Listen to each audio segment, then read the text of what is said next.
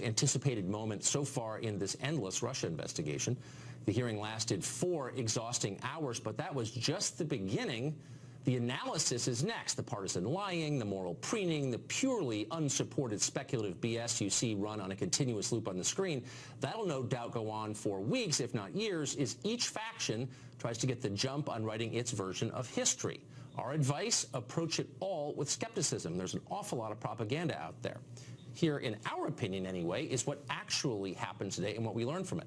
First, all those leaks you've been reading about lately, at least one of them came from the director of the FBI himself. We know this because Comey admitted it. After being fired, Comey concedes he sent a memo describing a meeting he'd had with the president to a friend of his, who then gave it to the New York Times. Comey explained he did this to try to force the appointment of a special prosecutor. It didn't dawn on me originally that there might be corroboration for our conversation. There might be a tape. And my judgment was I needed to get that out into the public square. And so I asked a friend of mine to share the content of the memo with a reporter. Didn't do it myself for a variety of reasons, but I asked him to because I thought that might prompt the appointment of a special counsel. Well, second, we learned that many of the other leaks and big scoops from major news outlets are lies. In February, for example, the New York Times published a piece entitled "Trump Campaign Aides Had Repeated Contacts with Russian Intelligence," and it cited those ubiquitous current and former American officials you see quoted in virtually every story these days. According to Comey, the article was garbage. That report by the New York Times was not true. Is that a fair statement? Yeah, in the main, it was not true. The people talking about it often don't really know what's going on, and those of us who actually know what's going on are not talking about it. And we don't call the press to say, hey, you got that thing wrong about this sensitive topic. We just have to leave it there. Unless we're leaking to the press ourselves.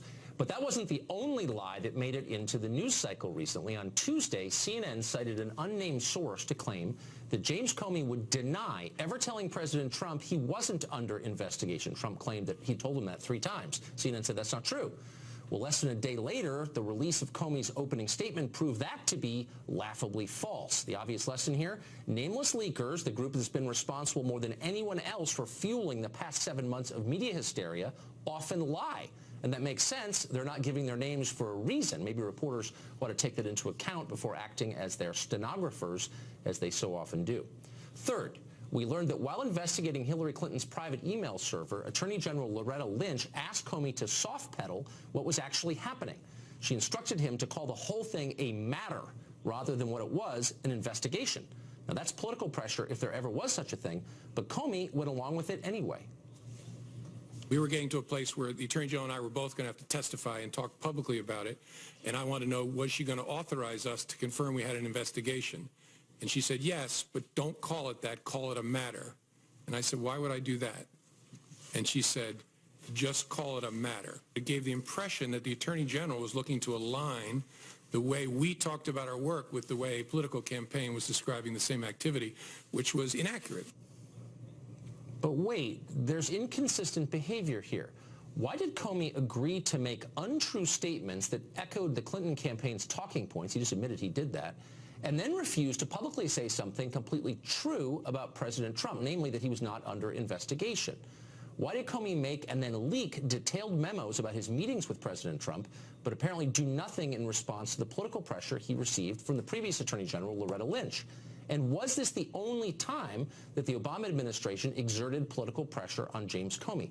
We still don't know the answer to that last question, and it might be worth asking. Fourth, we learned today that President Trump talks and acts a lot like a New York City real estate developer, one who is highly aggressive and does not understand the importance of precise language or care. Comey's testimony reveals a president who is used to the world of business, where the guy on top wields absolute authority and who doesn't yet grasp the sometimes vital nuances of managing the executive branch of government. Now, those nuances can be taught, obviously, but Comey also revealed that for some reason he didn't bother helping the president with this and instead let him just flail around and then took notes on it. You told the president, I would see what we could do. What did you mean? It was kind of a slightly cowardly way of trying to avoid telling him we're not going to do that, that I would see what we could do. It was a way of kind of getting off the phone, frankly. And then I turned and handed it to the acting Deputy Attorney General, Mr. Bente. And finally, fifth and most important by far, we learned that the Russian collusion story, the one we've been force-fed by Democrats in the Congress and their handmaidens in the media for months now, is starting to look weaker than ever. The heart of this entire scandal, the reason we haven't been allowed to focus on the many actual problems in this country, is the claim that Donald Trump deliberately collaborated with Vladimir Putin's government in order to win power and undermine America's own fundamental interests. Now, if that's actually true, Comey didn't suggest it today or even come close. Instead, he confirmed that Trump was never under investigation and offered no evidence or testimony suggesting he should be under investigation.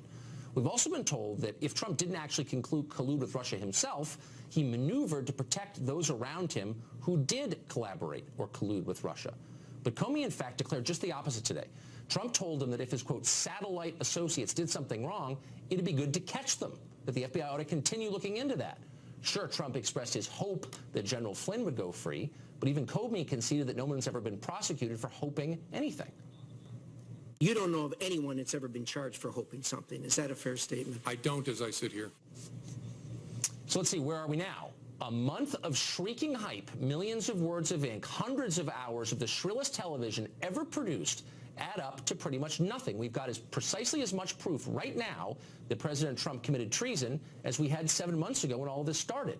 But that doesn't mean we've learned nothing. We have learned some things. We've seen the FBI exposed as a political battleground, and that is not reassuring to us citizens. We've had the executive branch's effectiveness compromised by dozens of politically motivated leaks, many of them untrue. We've had the media uncritically cheer on what has become unambiguously an attempt to bureaucratically overthrow a democratically elected leader. It's been a total disaster, a man-made one, and it's hard to see who outside of Washington has benefited from any of it.